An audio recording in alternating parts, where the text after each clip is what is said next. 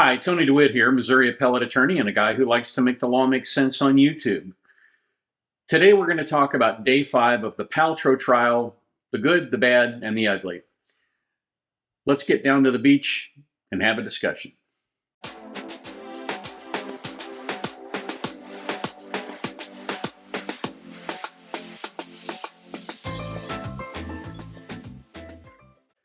So yesterday, day 5 of the trial, there were a couple of significant events. Mr. Sanderson testified.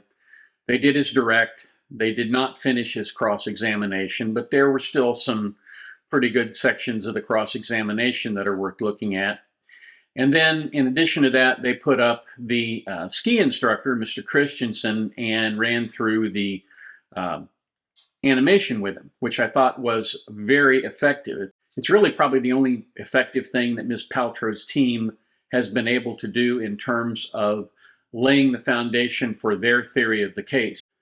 And I thought that that went pretty well for them. So let's first talk about the, when I titled this, I titled it The Silly Valley Girl versus Mr. Snarky. And I think that one of my commenters, and I have the smartest commenters in all of YouTube, referred to her as this particular lawyer that is working for Mr. Sanderson, referred to her as a silly valley girl when she went up against Ms. Paltrow. And I think that was a pretty accurate description. But yesterday, she came across as a bit more polished, a bit more contemplative, and I thought the way that she handled Mr. Sanderson was actually pretty good from a plaintiff's point of view, in that she humanized him. One of the first things she asked him was whether, was it true that you wanted to be here at the trial, but you didn't come because your daughters were testifying. Let's look at that clip now. Terry, did you want to be here the last 4 days, last week, inside the courtroom? I love spending time with my daughters and have them hear what they had to say. But in this case, I didn't want to be here because I wanted them to speak totally freely and without the discomfort of being in my presence if they had something to say. Is that why you weren't here? Absolutely, yes. Okay, so what he's done here is he said, basically, well, I didn't want to influence their testimony. I wanted them to be able to speak freely. I'm not sure whether that was as effective as it might have been if they had put Mr. Sanderson on at the beginning of the case. If they had put Mr. Sanderson on at the beginning of the case and laid out their theory of the case, and then gone into that with him on the stand first, then at the very least they could have laid the foundation for why he wasn't going to be in the courtroom when they testified. I'm not sure that they did themselves any favors by going at it through the back door as they did yesterday, but they did at least make an attempt to sort of clean that up in front of the jury. Then they went into how the accident happened, and I'm going to play a segment of that because I think it comes up in the cross-examination. So let's look at that now. So you hear this scream. Yes.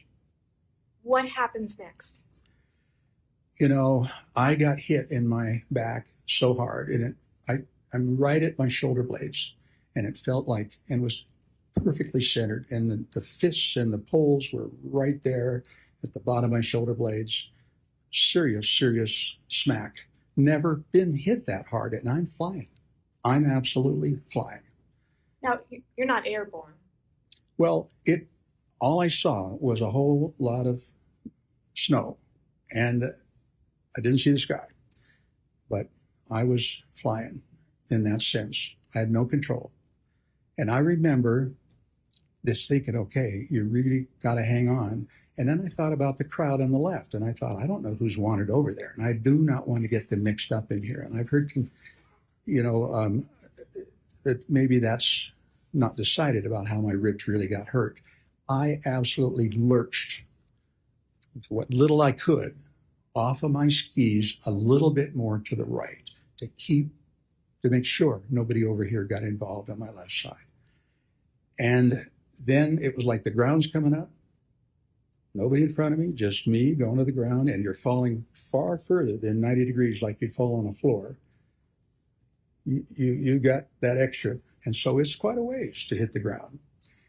And I just said, okay, you got to protect your face, and your head. And that's the last thing I remember. It didn't happen. I did glance over and saw just out of the corner of my eye, I could see, not glance over, but I could see somebody going by. I'm going, okay, they're safe.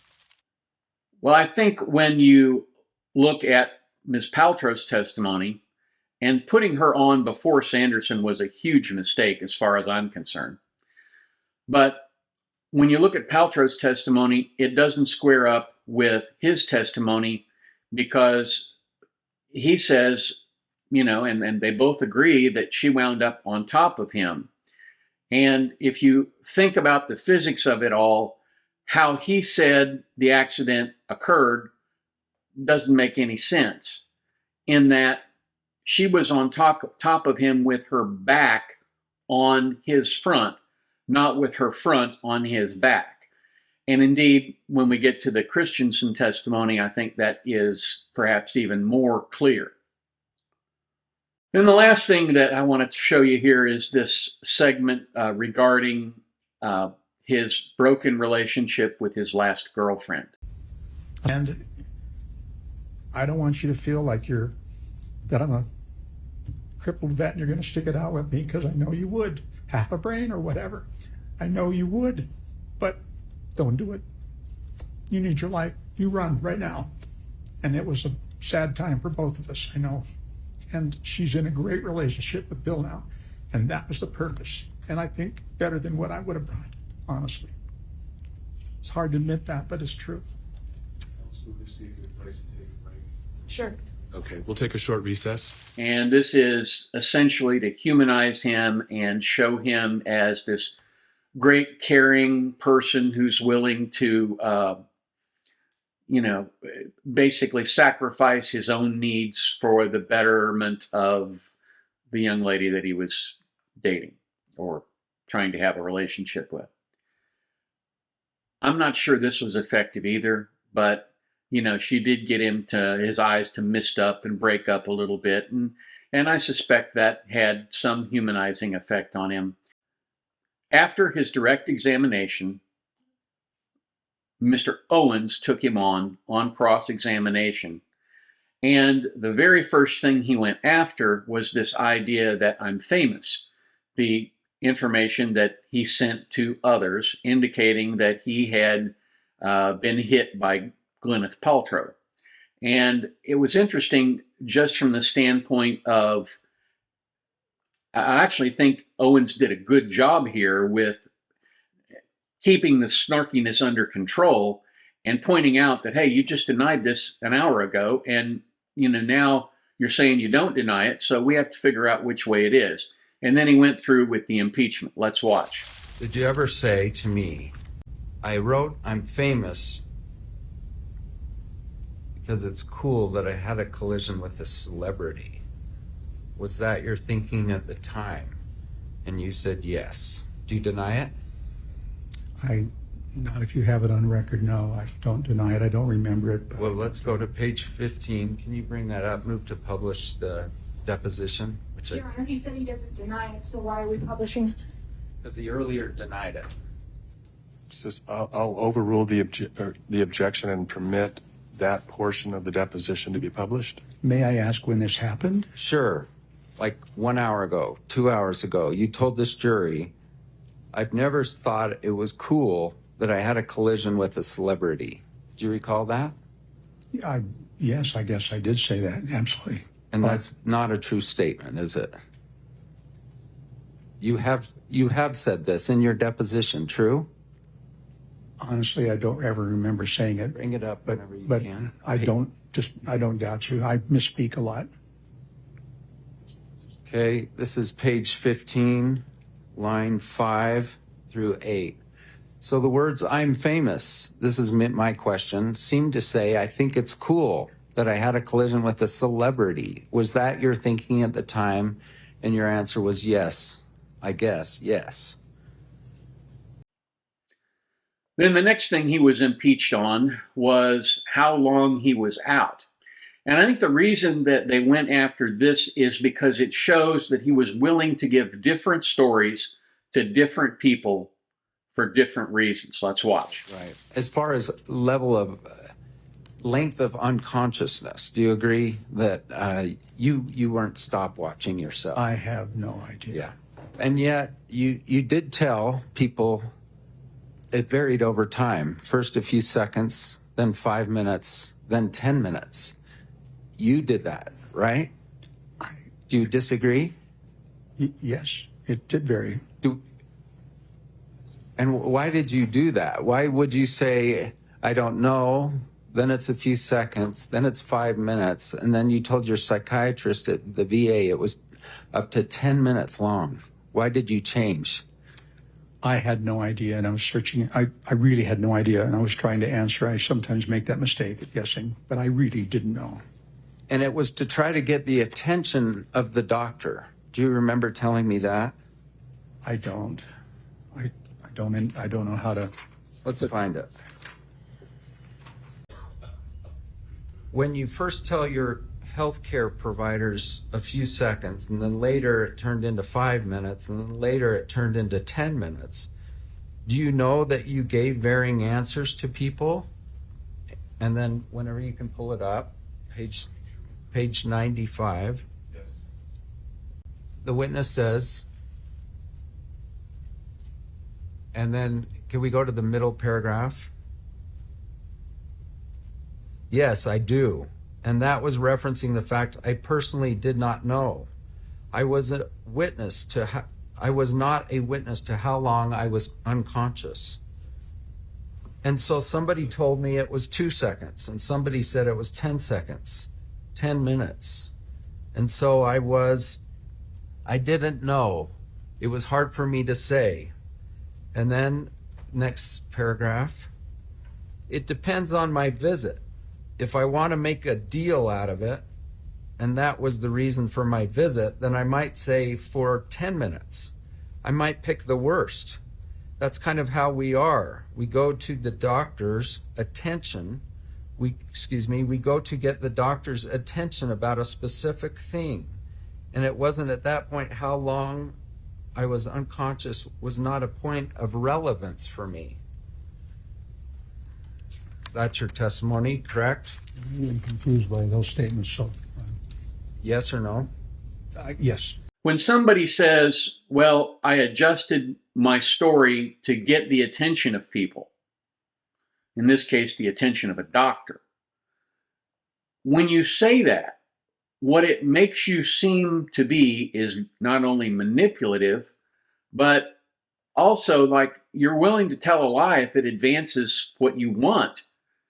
And that is probably exactly the wrong message to send when you are trying to establish your credibility and say that the way the accident happened was your way. I do think Mr. Owens put some points on the board with that.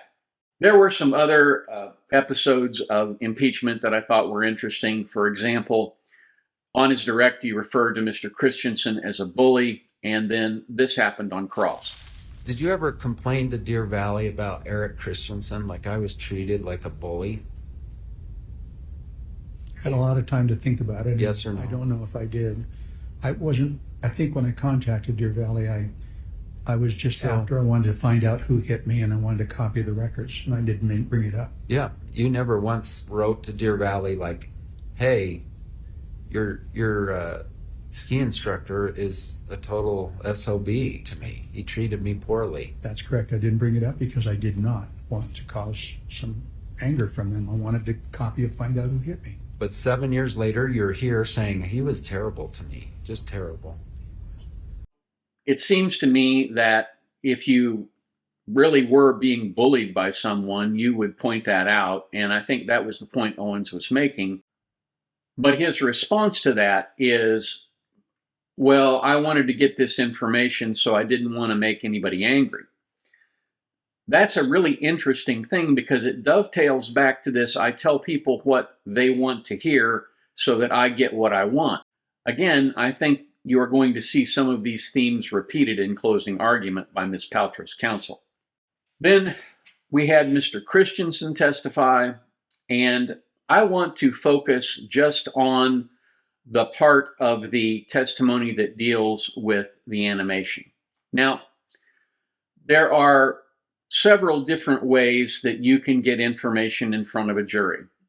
For example, you can read the entirety of the medical records into the record, and you can publish the medical records to the jury and let them roam freely through it. However, it's always good to give them a guide.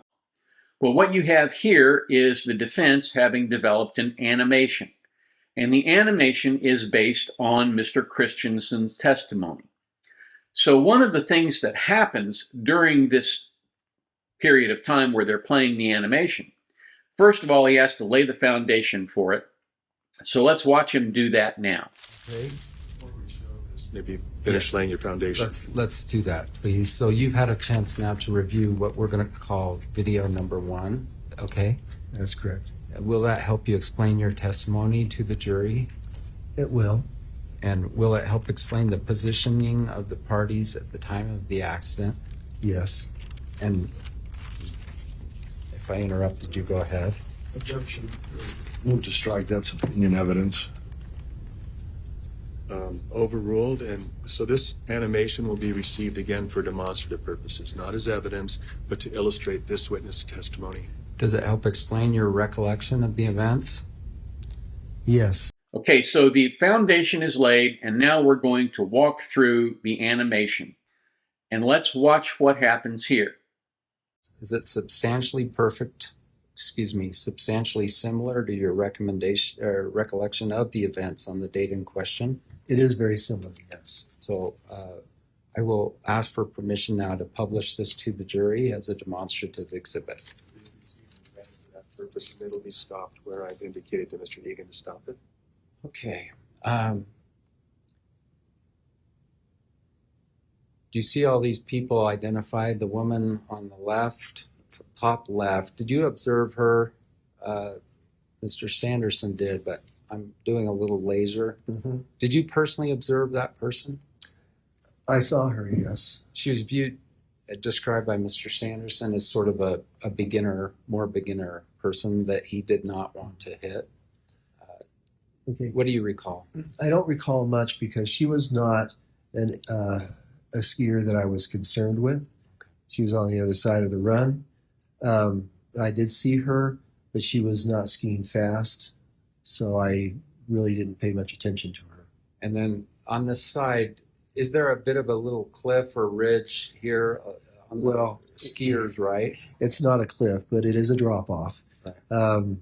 As most ski runs, they're created with bulldozers and machinery and to create a run, and so there's always an edge from the man-made feature. And do you recognize these? Are these the snowmaking equipment buckets on the right? Right. It's basically utilities. Okay. Here it would be one would contain water and one would contain compressed air. And at the top of this run, on this exhibit, is that the very top of the entire run? Of the bandana run, yes. You can see a lift up in the upper left-hand corner. That would be the Ruby lift. That's like if prove you're not a robot. I would have missed that actually. Okay. Okay. Then it says Paltrow. Is that brown? Okay. Sanderson is identified in blue. Do you see that? Yes. Christensen, is that you kind of represented? Okay. Yes. Moses is in orange under this. You with me? Yes. Carrie Oakes, is she the instructor for Apple? That is correct. All right. By the way, plaintiffs asserted in their opening that Ms. Paltrow was reckless and dangerous on this hill. Did you observe that? Not at all. All right, let's run through this from start to end, or start till the crash. So we're going to stop right before the crash.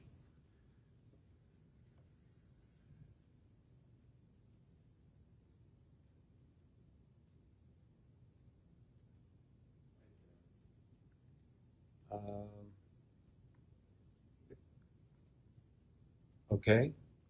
Can we do it just a little longer to see where they're? Well, let's talk to you. So when you turned your head, we want to fast forward over that. So you tell us. There's Gwyneth and there's Sanderson. Did you see a little bit more of this, or was this the end of what you saw? I saw a little bit more of this, and Can we go slow motion until he says, I want you to say stop. okay. The judge is the governing Okay. person here, but you say stop when you no longer observe right. something? Is that okay, Your Honor? Thank you. Once he was below us. Okay, so he's heading back. I would say right in there. Okay, you Stop. turned away, and then at some point you came over.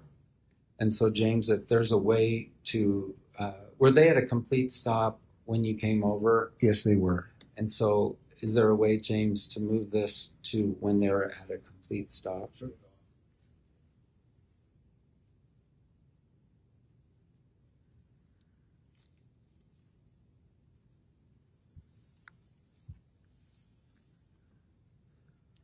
He's going to put it back on. Okay. All right. This is you on the right. Is that? That would be correct. And then they've now collided. They're pretty close to the edge there. Would you agree? Yes, because as I walked around, I was actually standing below the lift. I mean, below the run slightly. And there's the buckets right there, right? Right, those are the tubes. And now can we play the remainder?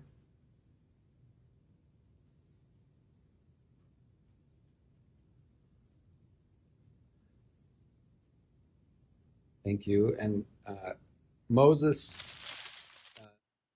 Well, now you have taken the jury up to that mountaintop. You've put them in the position of observers, and you've taken them through what Mr. Christensen saw. Now, there is a gap at the time that the collision occurred, and that was one thing the judge did absolutely perfectly. He stopped, would not let the animation progress where the jury could see it during the period of time where the accident occurred, and then it picked back up when Christensen went over to Ms. Paltrow. And of course, he's then able to tell, what he found and what position they were in. This is an excellent use of an animation. When you're sitting in a courtroom and you're talking about what happened on a mountain, people have to be able to imagine the mountain. And if they imagine it incorrectly, if they don't understand the layout and that sort of thing, then they're going to misunderstand the testimony in its entirety. A demonstrative exhibit of this type is very, very powerful in making your case to the jury. And I think they did that quite well here. Now, the trial is nowhere near over. But as you can see, at least with respect to the technical issues here, and with respect to how well the plaintiff is being presented and his extensive cross-examination, of which more will follow, it is interesting to see. I think the Paltrow team is putting a lot more points on the board than the plaintiffs are. And I think part of that is due for two reasons. One, while Mr. Owens is indeed snarky and annoying and arrogant, people, it's like watching two trains on the same track, and the two trains are coming toward one another. And it's not like this is not the time you go get popcorn, right? This is where you stand transfixed and you can't wait to see the collision. I think that is exactly the way Mr. Owens affects the jury. It's like, what else is this guy going to do now? It is it is odd that sometimes being a little bit abrasive can work for you. And I think it may indeed be working for Mr. Owens in this case. Irrespective of that, this is not a trial that I can watch from cover to cover.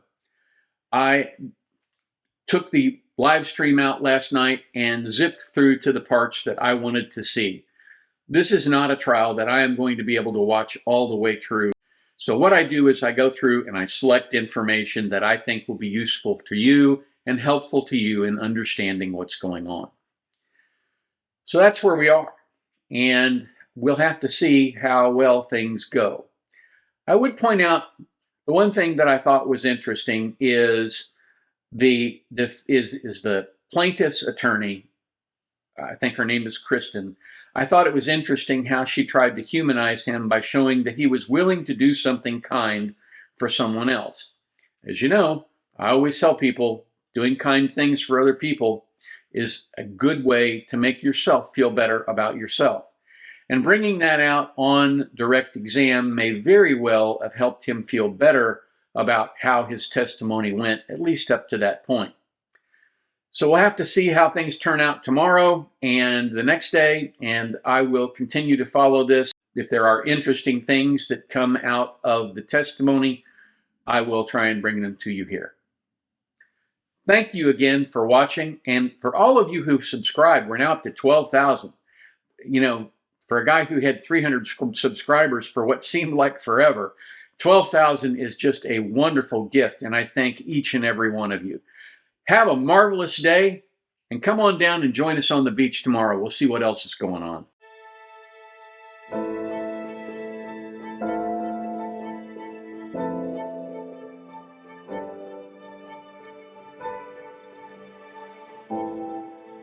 If you like this video, here are a few others you might try, and don't forget to subscribe. Have a terrific day, guys.